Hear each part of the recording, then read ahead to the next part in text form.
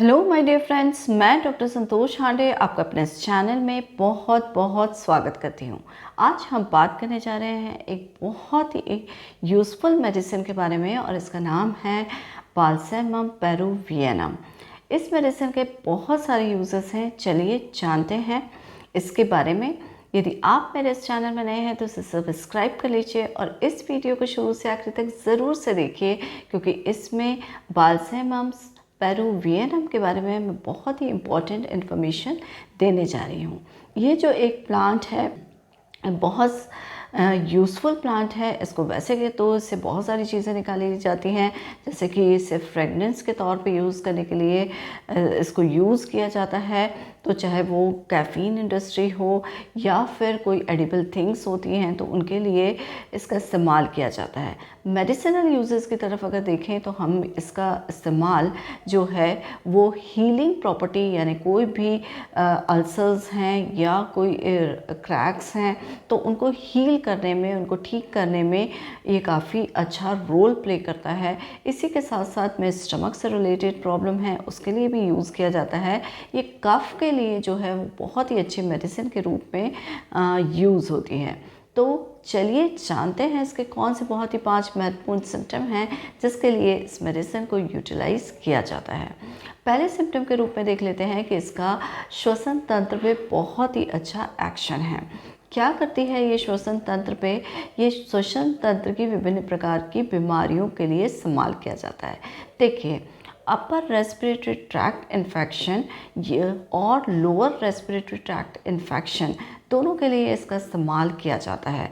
Upper respiratory tract infection यानी कि जिसमें हमारे बेसिकली नाक का संक्रमण आता है, तो इस तरह के इन्फेक्शंस जो होते हैं जिसमें से नाक में से डिस्चार्ज काफ़ी ज़्यादा निकलता है, ये गाढ़े रंग का होता है, पीले तरह के कलर का रहता है और इसमें से काफ़ी ज़्यादा स्मेल आती है। तो अगर इस तरह का डिस्चार्ज नाक में से निकल रहा है, इन्फेक्शन के रूप में निकल रहा है, तो वहाँ पर इसका इस्तेमाल किया जाता है। पीले रंग के जो डिस्चार्ज होते हैं तो उसमें और भी मेडिसिन का इस्तेमाल किया जाता है, जैसे हिप्पोसल्फ है, काली पाइक्रोमिकम है, पल्सेटिला इत्यादि।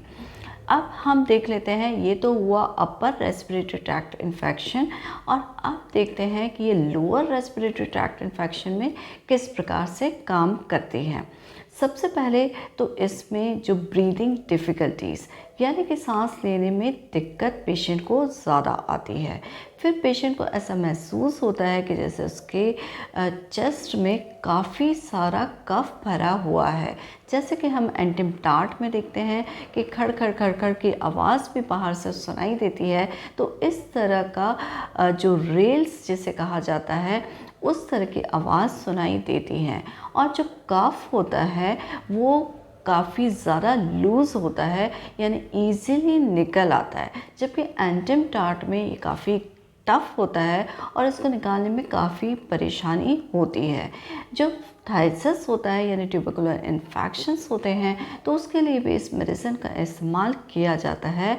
और ऐसा देखा गया है कि ये जो है वो माइकोबैक्टीरियम ट्यूबरकुलाई को ग्रोथ को इनहिबिट करने यानी उसको दबाने में काफ़ी अच्छा इसका योगदान रहता है। तो देखा आपने रेस्पिरेटरी ट्रबल्स के लिए कितनी अच्छी मेडिसिन है। यहाँ तक कि जो इसका कफ होता है, खांसी के लिए भी इस मेडिसिन का इस्तेमाल किया जाता है, जिसमें कि एक्सपेक्टोरेशन जो है वो लूज़ होता है। तो इस मेडिसिन की जो 30 पोटेंसी है उसका विशेष रूप से इस्तेमाल जो हम एज एन एक्सपेक्टोरेंट करते हैं, यानी कि कफ को बाहर निकालने के लिए। चलिए दूसरे सिम्टम के लिए तरफ चलते हैं। ये जो मेडिसिन है वो फीवर के लिए इस्तेमाल की जाती है। फीवर जो होता है वो हेक्टिक फीवर होता है। हेक्टिक फीवर का मतलब होता है इंटरमिटेंट फीवर या रेमिटेंट फीवर, यानी कि एक सर्टेन गैप के बाद आने वाला फीवर और लगातार रहने वाला फीवर, जिसके जो टेम्परेचर वेरिएशन होता है या तापमान का जिसमें बहुत ज़्यादा फ़र्क आता है, इस तरह के फीवर को हेक्टिक फीवर कहा जाता है और उसमें इस मेडिसिन का इस्तेमाल बहुत ही अच्छे तरीके से किया जाता है और जिसमें ये काफ़ी ज़्यादा रिलीफ भी देता है।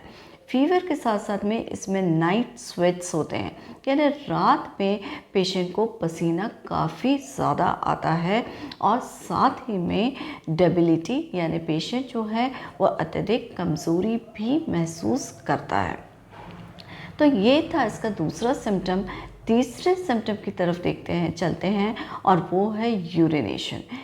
जी हाँ, ये इस मेडिसिन का इस्तेमाल स्कैंटी या कम यूरिनेशन के लिए किया जाता है, यानी रोगी अगर समस्या लेके आता है कि उसका यूरिन जो है आउटपुट वो काफ़ी कम है, तो उसमें इस मेडिसिन का इस्तेमाल किया जाता है। कई बार ऐसा देखा जाता है कि ब्लैडर का इन्फेक्शन जिसे कि हम सिस्टाइटिस कहते हैं, तो यूरिनरी ब्लैडर के इन्फेक्शन की वजह से जो प्रॉब्लम्स आती हैं, तो उसमें भी इस मेडिसिन का इस्तेमाल वाकई काफ़ी ज़्यादा फ़ायदेमंद होता है। इसमें सेडिमेंट्स जो होते हैं, यानी कि जो पथरीले कण होते हैं, वो भी यूरिन के थ्रू पास होते हैं। चौथे सिम्टम की तरफ चलते हैं और वो है इसके स्किन। ये जो मेडिसिन है वो स्किन इरप्शंस में बहुत अच्छा काम करती है। अल्सर फॉर्मेशन हो जाता है, क्रैक्स जो निपल्स होते हैं उसमें क्रैक्स बन जाते हैं, इवन लिप्स की बहुत ज़्यादा ड्राइनेस के लिए भी इसका इस्तेमाल किया जाता है। तो ये था इसका चौथा महत्वपूर्ण सिम्टम। पांचवें सिम्टम की तरफ चलते हैं और ये है पेट से संबंधित समस्याएं। ऐसा माना जाता है कि ये जो है एच पायलोरी बैक्टीरिया जो कि पेट के इन्फेक्शन के लिए रिस्पॉन्सिबल होता है, उसकी जो ग्रोथ है उसको नियंत्रण में रखता है और उसके काफ़ी सारे जो प्रॉब्लम्स होते हैं उसको कम करने में मदद करता है। जैसे कि अगर पेशेंट को एक्सेसिव एसिडिटी हो रही है या फिर वोमिटिंग हो रही है, तो उसमें इसका एक महत्वपूर्ण रोल होता है और इन सिम्टम्स को नियंत्रण में रखने में ये काफ़ी ज़्यादा मददगार होता है। तो ये थे इसके बहुत ही ज़्यादा 5 महत्वपूर्ण सिम्टम जिसके लिए हम इसे याद करते हैं।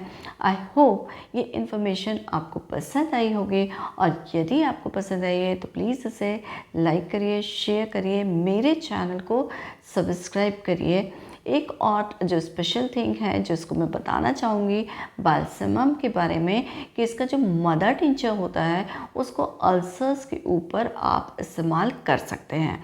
यानी कि अगर कहीं पे कट जाए, फट जाए, तो इसकी जो हीलिंग प्रॉपर्टी है वो कैलेंडुला के जैसे होती है और ये भी हीलिंग में उसको जल्दी ठीक करने में या घाव को जल्दी भरने में काफ़ी ज़्यादा हेल्पफुल साबित होता है। 30 पोटेंसी के बारे में मैंने आपको बताया कि ये जो है वो 30 पोटेंसी में एक्सपेक्टोरेंट की तरह कार्य करता है। इसके अलावा हेक्टिक फीवर अगर हो जाए, जिसमें कि इंटरमिटेंट फीवर जैसे मलेरिया हो सकता है, रेमिटेंट फीवर जैसे टाइफॉइड हो सकता है, तो उसमें इसकी 6x पोटेंसी का दिन में 3 बार इस्तेमाल करेंगे तो ये बहुत ही ज़्यादा फ़ायदेमंद होगा। तो इसी के साथ stay healthy with homeopathy. Thank you.